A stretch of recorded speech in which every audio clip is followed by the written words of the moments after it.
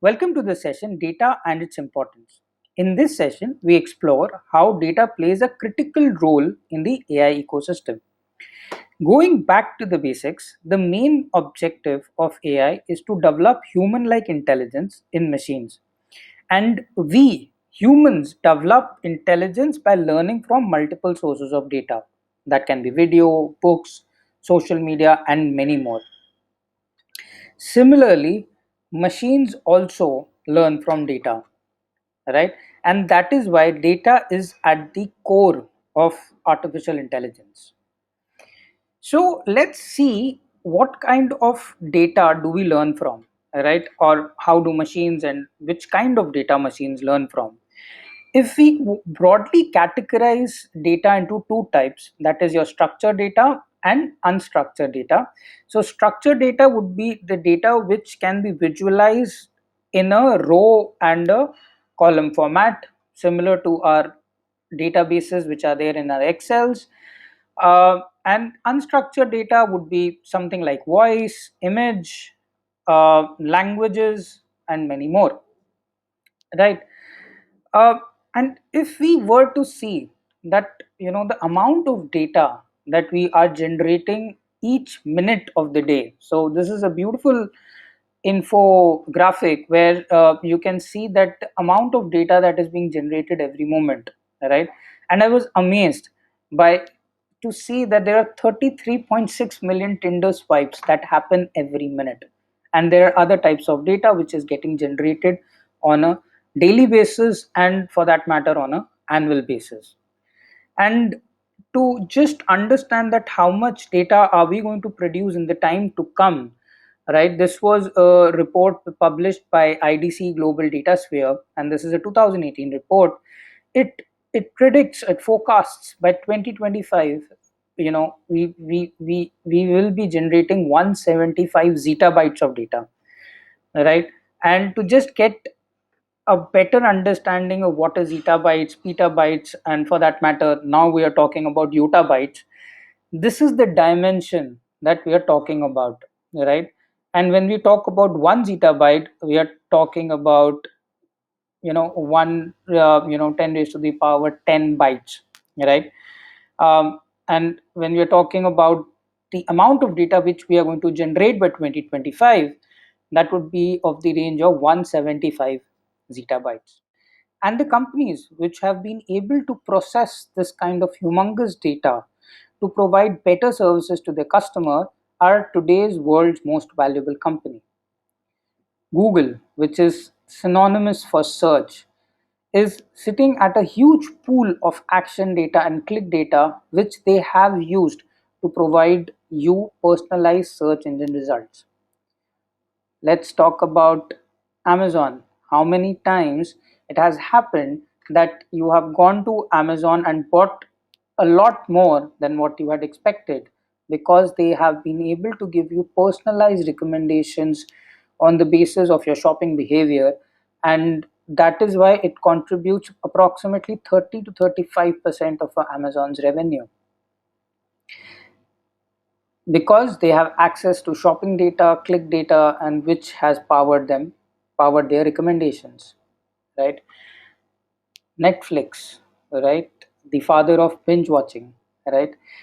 Today, again, they have access to your watch data and click data. Netflix today produces movies and web shows that instantly gets such great reviews, because they exactly know what customer wants, using their own insights from the data that they have got, right? And that is why data is considered to be the new oil. Now let's try to deconstruct the concept of data, which we may also call big data, if they possess these 5 V's. These 5 V's are volume of data, velocity of data, value of data, variety of data, and veracity of data. So now we will try to understand the concept of 5 V's of big data with respect to healthcare. First, volume of data, right? So for a hospital, the kind of data that is being generated on a daily basis is huge, right? Data can be generated through doctor's prescription, medical records, drug research, patient records, monitoring devices, and many more. It can go up to a range of 1 petabyte on a daily basis, right? So that would be volume of data. Then we talk about velocity of data. So velocity of data is in a hospital, the data that is being generated every second, right, is also quite a lot, right? So data is being generated from monitoring devices, then data is being generated from drug research processes, and data also must be being generated from other analytics or monitoring tools, right? So velocity of data means the amount of data that is being generated per unit time, right? That unit time can be milliseconds or that can be seconds, right?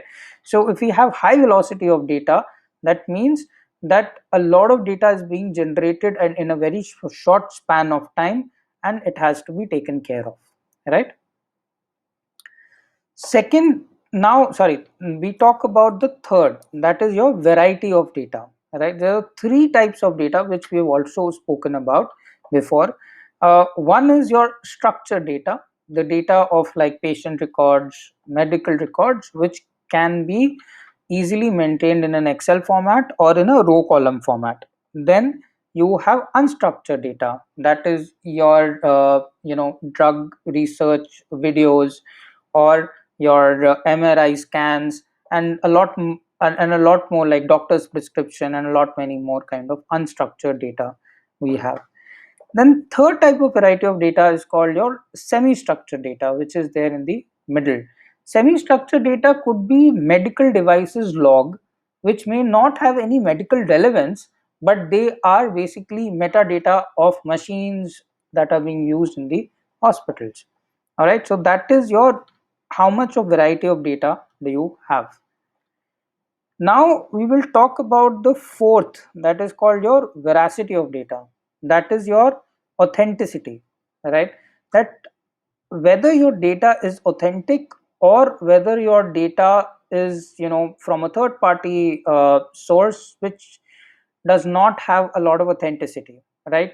In case like we talk about news also, right? So if the news comes from an authentic source of data, you you take that news seriously. But if that news comes from an unauthentic data source, or it comes on social media from some random person, you would not accept that data, or you will not accept that data to make any inference, right?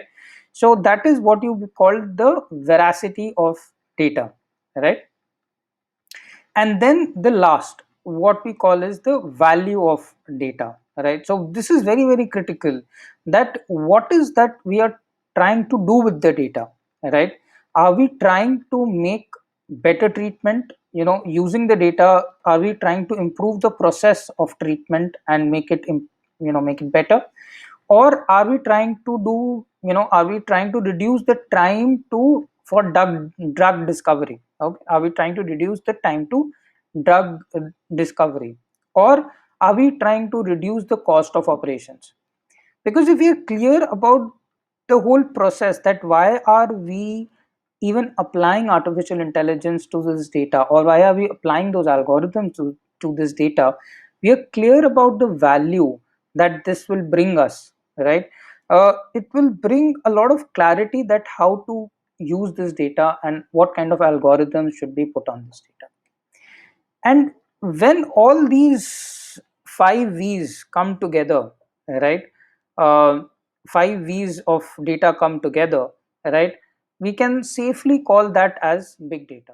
Now assume you are the data scientist of a hospital chain and you have been posed with the following question. You have to predict the average number of days a patient stays in the hospital post a minor surgery, or you have to predict the attrition rate of the nursing staff. As a data scientist, you have access to a lot of information like your drug research reports, medical records, doctor prescriptions, monitoring devices logs, and many more. right? But all these information are in different databases and in different data lakes, right? So some information would be there with the marketing department, some information would be there with the medical department, some information would be there in the employee database. So all this data is scattered across multiple places, right? Now as your role of a data, data scientist or a data analyst for that matter, is to now extract the relevant information that is required, then transform that information and load it into a data warehouse, from where you are going to apply your algorithms to make predictions of either finding the attrition rate or finding the average number of days a patient stays post minor surgery, right? And this process is called extraction, transform, and load. All right. So for me to predict the average number of days a patient stays in the hospital post a minor surgery, I may want to look at the admission, the patient admission records. I would like to look at the the bed occupancy rate, and I will also would like to look at doctor's prescription and many more stuff. But I will now take all this data from multiple sources. Similarly, if I were to predict the attrition rate of the nursing staff, I may want to look at the employee database. I would like to look at the performance of the of the nursing staff, and I would also look at the current, what was the current attrition and the reasons why people have left, right? But the process I would, as a data scientist, I would have deployed would be to extract the relevant information, transform it, and then load it into a data warehouse, from where I can then run my algorithms, run my experiments, run my hypotheses on identifying and predicting the attrition rate or predicting the average number of days a person would stay. And this process is called processing of data, right? Converting, first taking the raw data, converting the raw data into formatted data, and then using that formatted data to make the right assumptions, predictions, or build models on it. Now I hope you have a better understanding of big data and how to work on big data and what is its importance and relevance in the sphere of artificial intelligence. Thank you.